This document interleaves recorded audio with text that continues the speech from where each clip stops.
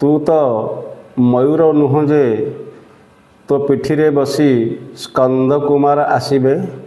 तू तो मयूर नुह जे तो पिठिरे बसी स्कंद कुमार आसिबे। शौर्य आउ सौंदर्यर ज्योति खेलाई।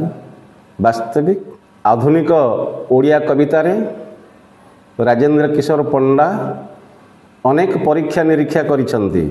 तांकर भाषा क्लिष्ट हेले अथच से नूतन शब्दर संधानी। प्रतीकवाद एवं चित्रकल्पर अत्यधिक व्यवहार तांक कविता को बौद्धिकतारे किछि परिमाण रे दुर्बोध्य करिछि सत, किंतु तांक कवितारे भरी रहिछि आधुनिक जीवन जिज्ञासा। कविंकर कवितारे जीवन, मृत्यु, प्रेम एवं मृत्युर आरपारे से सत्यर संधानी। 1985 मसीहारे तांकर कविता शैलकल्प पाई तांकु केंद्र साहित्य एकाडेमी पुरस्कार दिया जाइथिला एवं कवि राजेंद्र किशोर पंडा तांकर सामग्रिक साहित्य कृति पाई 2004 मसीहारे लाभ करिसंती साहित्य भारतीर यथोचित सम्मान। एबे आसंतु एई आधुनिक कविंकर एक कविता मृत्यु चेतना संबलित कविता मईंसीर मृत्यु कुहा जाइछि। तू तो मयूर नहुजे तो पिठिरे बसी स्कंध कुमार आसिबे। शौर्य आउ सौंदर्यर ज्योति खेलाई। एक निउछुणा जीव जहाकू देखिले निश्चित भाव में घृणारे मन एवं हृदय विषेई जाए। आमे जहाकू कहूचु मईंसी। मृत्यु सहित जार चिरंतन संपर्क, दक्षिण दिग सहित जार अनुपम संपर्क एवं जमदेवता जे कि मृत्युर अधीश्वर तांकर प्रिय वाहन। एणुकरी निश्चित भाव में प्रत्येक मनीष मईंसी को देखिले कहीं ना कहीं विषेई जाए। सते जेमिति ए सृष्टिर एक निउछुणा जीवटीए कहीं जे ईश्वर ताको गढ़िले, कहीं ए सृष्टि एमती एक विकलांग जीवर परिकल्पना निश्चित भाव में कवि छिगुले करी कहउछंती। तू तो मयूर नुह।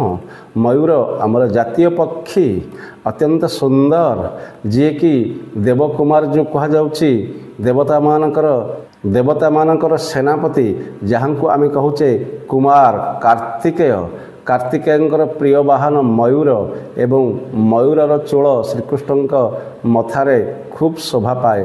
तेणुक मयूर आदरर पक्षी, अथच यही मईंसी सी मध्य एक वाहन जमदेवतांकर, किंतु ता प्रति घृणारे सते जेमिति असरंती घृणार भंडार मनीष यही मईंसी पाई साइति रखिछि। आउ कुहा जाइछि तू तो मयूर नुह तो कांधरे बसी आसिबे कुमार कार्तिकेय, जे कि शौर्य आउ सौंदर्य अनुपम दक्षता रखती एवं ए सृष्टिर सबुठु कुमार कार्तिकेय होउछंती सौंदर्यवान, शौर्य वीर्यरे भरपूर एवं देव सेनापति। सतरे मयूर एवं यही मईंसी सहित एक निबिड़ संपर्क जोड़ी कवि निश्चित भाव में मईंसी को एक अनामधेय, एक अपांक्तेय एवं एक साधारण नीच वर्गर जीव बोली एटी अभिहित करिसंती। अथच कवितार शिरोनामा मईंसीर मृत्यु।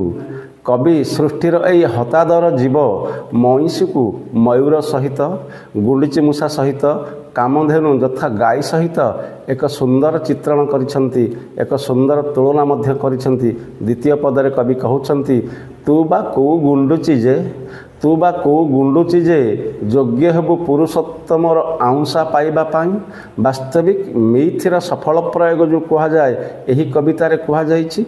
पुरुषोत्तम मर्यादावंत पुरुष श्रीरामचंद्र सेतुबंध समय रे एई गुंडीची मूषा तार दक्षता अनुजाई सेतुबंधरे साहाय्य करिथिबारु से कोमल रे आदर रे ता पिठुकु थापुड़ेई देइथिले, आउंसी देइथिले। आउ सेइथि पई कहा जाइछि तो गुंडीची मूषा भी नुह, एते क्षुद्र जीव हेले मध्य से किभଳି भाବରେ पुरुषोत्तमंकर आंशा पाइथिला, पुरुषोत्तमंकर सानिध्य पाइथिला प्रभु रामचंद्रंकर। आउरी मध्य कहा जाइछि पद्मावती डौल गाईटीए तू नहुजे, किशोर वनमाली चराई नेब बनकु। वास्तविक तू डौल डाउल पद्मावती परी गाईटीए नुह, जो धेनुपल पछरे धाई धाई निश्चित भाव में किशोर वनमाली जो कह जाउछि कृष्ण हटिया नटिया नागर विश्वप्रेमिक कृष्ण ता पछरे दिन सारा धाइबे एइभଳି गाई पछरे तू एमिति एक पद्मावती भଳି डौल डाउल गाईटीए भी नुह। ତୁ ମଧ୍ୟ ଗୁଣ୍ଡିଚୁ ମୂଷାଟିଏ ନୁହଁ, ଅଥଚ ତୁ କୁମାର କାର୍ତ୍ତିକେୟଙ୍କର ବାହନ ମୟୂର ମଧ୍ୟ ନୁହଁ। ଆହୁରି ମଧ୍ୟ କୁହାଯାଉଛି, କିଶୋର ବନମାଳୀ ଚରାଇ ନେବ ବନକୁ, କି ବସୁଧା ସେଇ ରୂପରେ କାନ୍ଦିବ, ମା ଦିଶିବ କ୍ଷୀର ବୁହାଇ ଦେବ, କନ୍ଦାଇ କୁରୁଳାଇ ଯିବ ବିମୋହିତ ଜଗଜ୍ଜନକୁ। ବାସ୍ତବିକ ତୋ ପାଖରେ ଏତେ ଦକ୍ଷତା ନାହିଁ। ତୁ ଏଇଭଳି ଭାବରେ କାମଧେନୁର ଦାୟିତ୍ୱକୁ ନିର୍ବାହ କରିପାରିବୁ ନାହୁଁ, ଅଥଚ ଏ ସୃଷ୍ଟିର ତୁ ଏକ ତୁଚ୍ଛ ଜୀବ, ନିଉଛୁଣା ଜୀବ, ଯାହାକୁ କୁହାଯାଉଛି ମଇଁଷି। ପରବର୍ତ୍ତୀ ପଦରେ କବି କହୁଛନ୍ତି, ନିଶ୍ଚଳ ନିଶବ୍ଦ ତୁ ଗୋଟିଏ ମଇଁଷି, କର୍କଶ କଳା କିଟିକିଟି ଦେହ, ଟାଁସ ରୁଢ଼ିଆ ପିଠି ଉପର ଘାରେ, ଛଟ ଛଟ ଜୀବି ବିସାର ଅଂଶେଇ। ଏତେ ଘୃଣ୍ୟ ଆଉ ଅନାଦର ଜୀବଟିଏ ମଇଁଷି, ଯାହାକୁ କୁହାଯାଉଛି କର୍କଶ କଳା କିଟିକିଟି ଦେହ ତୋର, ଏବଂ ଟାଁସିଆ ଦେହ, ରୁଢ଼ିଆ ଦେହ, ଦେହ ସାରା ରୁଢ଼ମୟ ଏବଂ କଳା ଆବରଣ, ସତେ ଯେମିତି କିଏ ସେ ବୋଳି ଦେଇଛି ଦେହ ସାରା। ଆଉ ପିଠି ଉପରେ ଘା, ଆଉ ସେ ଘାରେ ନିଶ୍ଚିତ ଭାବରେ ଛଟ ଛଟ ହୋଇ ଜୀବି ବିସାର ଅଂଶେଇ ଅନେକ ମାଛି ଭଣ ଭଣ ହୋଇ ଏଣେ ତେଣେ ଉଡ଼ୁଛନ୍ତି ଏବଂ ସେ ଘାରୁ ପୂଜ ରକ୍ତ ଶୋଷି ନେଉଛନ୍ତି। ଏଇଭଳି ଏକ ଅନାଦର ଆଉ ଘୃଣିତ ଜୀବଟିଏ ତୁ ମଇଁଷି। କୁହାଯାଇଛି, ଗାଡ଼ିଆର ପଥର ଉପରେ ମୁହଁ ଥାପି ଆଣଠୁ ଆଣି ଫକ୍ ପାଣିରେ ଦରବୁଡ଼ା ଶୋଇ ରହି ଏମିତି ଅନେଇ ଥାଉ ଦୂର ଦିଗନ୍ତ ଆଡ଼େ। ମଇଁଷିର ବିଚିତ୍ର ଚିତ୍ର, ମଇଁଷିର ଅନାଦର ଚିତ୍ର। ମଇଁଷି ଏକ ଘୃଣିତ ଜୀବ ବୋଲି ସେ ଅଭିହିତ କରୁଛନ୍ତି। କାହାର ରୂପକ ଛଳରେ, କାହାର ପ୍ରତୀକବାଦଟିଏ ମଇଁଷି? ସେ କହୁଛନ୍ତି, ଗାଡ଼ିଆର ପଥର ଉପରେ ଯେଉଁ ଗାଡ଼ିଆ, ଗୋବରୀ ଗାଡ଼ିଆ ଏବଂ ଯାହାର ପାଣି ଅତ୍ୟନ୍ତ ଦୁର୍ଗନ୍ଧଯୁକ୍ତ, ସେଇ ଗାଡ଼ିଆର ପଥର ଉପରେ ମୁହଁକୁ ଥାପି ରଖି ତୁ ଆଣ୍ଠୁ ବୁଡ଼ୁ ନଥିବା ଫକ୍ ପାଣିରେ ଦରବୁଡ଼ା ହୋଇ ପିଠି ପର୍ଯ୍ୟନ୍ତ ପାଣି ଥାଇ ତୁ ଶୋଇ ରହୁ ଏବଂ ଅନେଇ ଥାଉ ଦୂର ଦିଗନ୍ତ ଆଡ଼େ। କେଉଁ ଦିଗନ୍ତ ଆଡ଼େ? କାହାକୁ ମୃତ୍ୟୁ ସଚେତନତା କରଉ? ହେ ମଇଁଷି, ନିଶ୍ଚିତ ଭାବରେ ଯମର ବାହନ ଏବଂ ଦକ୍ଷିଣ ଦିଗର ବଶବର୍ତ୍ତୀ। ତେଣୁ ମୃତ୍ୟୁ ଚେତନାର ସମସ୍ତ ପାଞ୍ଜି ପୁରାଣ ତୋ ସହିତ ଜଡ଼ିତ ଅଛି।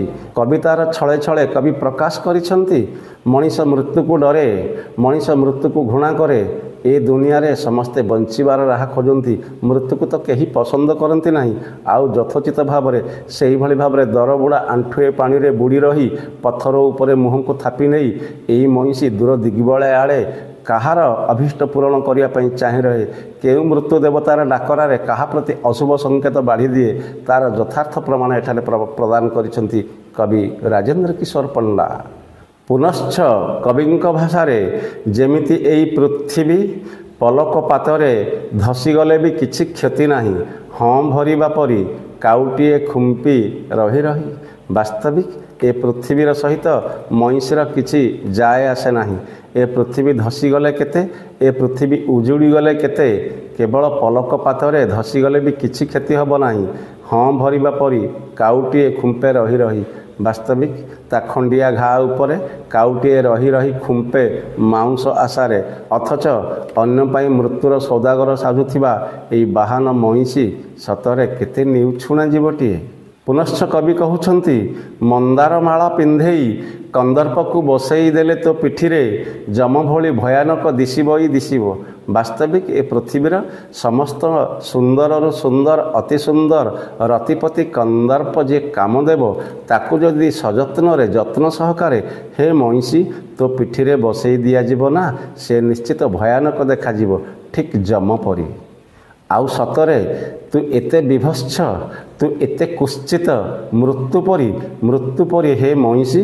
ତୋତେ ତୋ ଭଳି ଜନ୍ତୁଟିଏ ଆଖିରେ ପଡ଼ିଗଲେ କେଉଁ ଅପ୍ସରୀ, ଯିଏ ରମ୍ଭା, ମେନକା, ଉର୍ବଶୀ, ଏମାନେ କ'ଣ ନାଚିପାରିବେ? ଏମାନେ କ'ଣ ନାଚିପାରିବେ? ତୋତେ ଦେଖିଲେ ନିଶ୍ଚିତ ଭାବରେ ଭୟରେ ଜଡ଼ସଡ଼ ହୋଇଯିବେ। ସେ ନାଚିପାରିବେନି ତାଥେଇ ଏଇ ସୁଧର୍ମା ସଭାରେ। କାରଣ ତାଙ୍କ ଚିନ୍ତା ଆଉ ଚେତନା ଭିତରେ କେଉଁ କାଳେ କେଉଁ ଯୁଗରେ କାଳେ ମୃତ୍ୟୁ ଆସିଯିବ। ଏଇଥିପାଇଁ ତୁ ସମସ୍ତ ଅମଙ୍ଗଳ ସୂଚକ, ତୁ ମୃତ୍ୟୁର ବାହକ, ତୁ ମୃତ୍ୟୁର ସୌଦାଗର, ତୁ ମୃତ୍ୟୁର ଦେବଦୂତ ଏବଂ ତୁ ମୃତ୍ୟୁ ଦେବତାର ବାହନ। ସତରେ ମଇଁଷି, ଏ ସୃଷ୍ଟିରେ ପରମେଶ୍ୱର ତୋତେ ସୃଷ୍ଟି କରି ଏକ ନିକ୍କମପଣ ସାଧନ କରିଛନ୍ତି, ଏହା କୁହାଯିବ। ପୁନଶ୍ଚ କୁହାଯାଇଛି, ମୌନ ଥାଇ ତୁ ପଚାରୁଛୁ ନା ଦୋଷ କ'ଣ ବୋଲି? ଦୋଷ ଆଉ କ'ଣ ଥାଇପାରେ ରେ ମଇଁଷି ହେବାଠୁ ବଳି? ସତରେ ତୁ ବେଳେବେଳେ ଡବ ଡବ ଆଖିରେ ଅନ୍ୟମାନଙ୍କୁ ଚାହୁଁ ଦୂର ଦିଗବଳୟ ଆଡ଼େ, ଆଉ ପଥର ଉପରେ ନିଜ ମୁଣ୍ଡକୁ ଥାପି ଏବଂ ପଚାରି ବସୁ ନିର୍ଜନରେ କାହାକୁ କେଜାଣି? ମଇଁଷି ହେବାଠୁ ସତରେ ବଳି ବଡ଼ ଆଉ ଅପରାଧ କ'ଣ ଥାଇପାରେ? ତୁ ବେଳେବେଳେ ପଚାରୁ ଯେ ମୋର ଅପରାଧ କ'ଣ? ଆଉ ତୋର ଅପରାଧ ହେଉଛି ମଇଁଷି ହେବା। ମଇଁଷି ହେବା ଏକ ବିରାଟ ଅପରାଧ, ଏହା କବିଙ୍କର ଭାଷା। ହଁ ରେ ମଇଁଷି, ତୁ ଏକ ନିଉଛୁଣା ଜୀବ, ଏ ସୃଷ୍ଟିର ସବୁଠୁ କୁତ୍ସିତ ଆଉ କଦାକାର ଜୀବଟିଏ। ସତରେ ଥୁ କରିବା ପାଇଁ ପିକଦାନୀ ଯେମିତି ତୁ ସେଇଭଳି ଭାବରେ। ଆଉ ମଧ୍ୟ କୁହାଯାଇଛି ମଇଳା ପାଇଁ ଖାତ ଯେମିତି ତୁ ସେମିତି। ତୋତେ ଏମିତି ଲୋଡ଼ାଯିବ। ତୁ ଆଉ କ'ଣ କି? ତୁ ସେମିତି, ତୁ ଆଉ କ'ଣ କି? ତପସ୍ୟାର ତ ଋଷି, ତୁ ତ ଋଷି ନୁହଁ। ଏ ସଂସାରର ମଙ୍ଗଳ ବିଧାନ ପାଇଁ ନିଜର ଦେହକୁ ତିଳ ତିଳ ଜାଳି ତୁ ଏ ସମାଜ ପାଇଁ ଏକ ସଂସ୍କାର ଆଣିପାରିବୁ, କାରଣ ତୁ ଛାର ଏକ ମଇଁଷି ଆଉ ମୃତ୍ୟୁ ଦେବତାର ବାହନ। ତୋ ସମ୍ପର୍କରେ ଏତେ କଥା କୁହାଯାଉଛି ମଇଁଷି, ତୋ ପାଖକୁ ଆସି ଦେଖେ ତ କେତେବେଳୁ ମରିଯାଇ ତୁ ମଲା ଦିଶୁଛୁ। ମଡ଼ାଠୁ ବଳି କୁଆଡ଼େ କିଛି ବଦଳି ନାହିଁ। ସୁଲୁ ସୁଲୁ ଦକ୍ଷିଣ ଅଂଶେଇକୁ ଛୁଉଁଛି ଥରକୁ ଥର ପୂର୍ବ ଭଳି। ଆଉ ଯମଯୋଗ୍ୟ ଆଉ ଗୋଟିଏ ବାହନ ବାଛିବାରେ ବ୍ୟସ୍ତ ଅଛନ୍ତି ଦୟାମୟ ବିଶ୍ୱବିହାରୀ। ସତରେ ତୋ ପାଖକୁ ଆସିଲା ବେଳକୁ ଅନ୍ତତଃ ତୁ ମରିଯାଇ ମଡ଼ା ଭଳି ଦିଶୁଛୁ, ମଲା ଭଳି ମଧ୍ୟ ଦିଶୁଛୁ। ଆଉ ଏ ସଂସାରରେ କୁଆଡ଼େ କୌଣସି ଜିନିଷ ଏପଟ ସେପଟ ହେଇନାହିଁ, ବଦଳି ନାହିଁ, ଯଥାଯୋଗ୍ୟ ପୂର୍ବସ୍ଥିତି ବଜାୟ ରହିଛି ଏହା କୁହାଯାଏ। ଆଉ ତୁ ମଲା ପରେ ସୃଷ୍ଟିକର୍ତ୍ତା ଆଉ ଗୋଟିଏ ବାହନ ଯମଦେବତାଙ୍କର ନିରାଜନା ପାଇଁ, ଯମଦେବତାଙ୍କର ବାହନ ପାଇଁ ଖୋଜିବାରେ ବ୍ୟସ୍ତ ଅଛନ୍ତି। ବାସ୍ତବିକ ପ୍ରତୀକବାଦ ରୂପକଳ୍ପ ମାଧ୍ୟମରେ ଏବଂ ମୈଥିର ଅପୂର୍ବ ପ୍ରୟୋଗରେ କବି ମଇଁଷି ଯେ ମୃତ୍ୟୁ ସଚେତନ କରେ, ମଇଁଷି ଯେ ମୃତ୍ୟୁର ବାହକ, ମଇଁଷି ଯେ ମୃତ୍ୟୁ ଦେବତାର ଉପାସକ ଏବଂ ମୃତ୍ୟୁ ଦେବତାଙ୍କର ବାହନ, ଏହା ସୁନ୍ଦର ଭାବରେ ସୂଚେଇ ଦିଆଯାଇଛି ବାସ୍ତବିକ କବିତା ମଇଁଷିର ମୃତ୍ୟୁ। ବନ୍ଦେ ଉତ୍କଳ ଜନନୀ।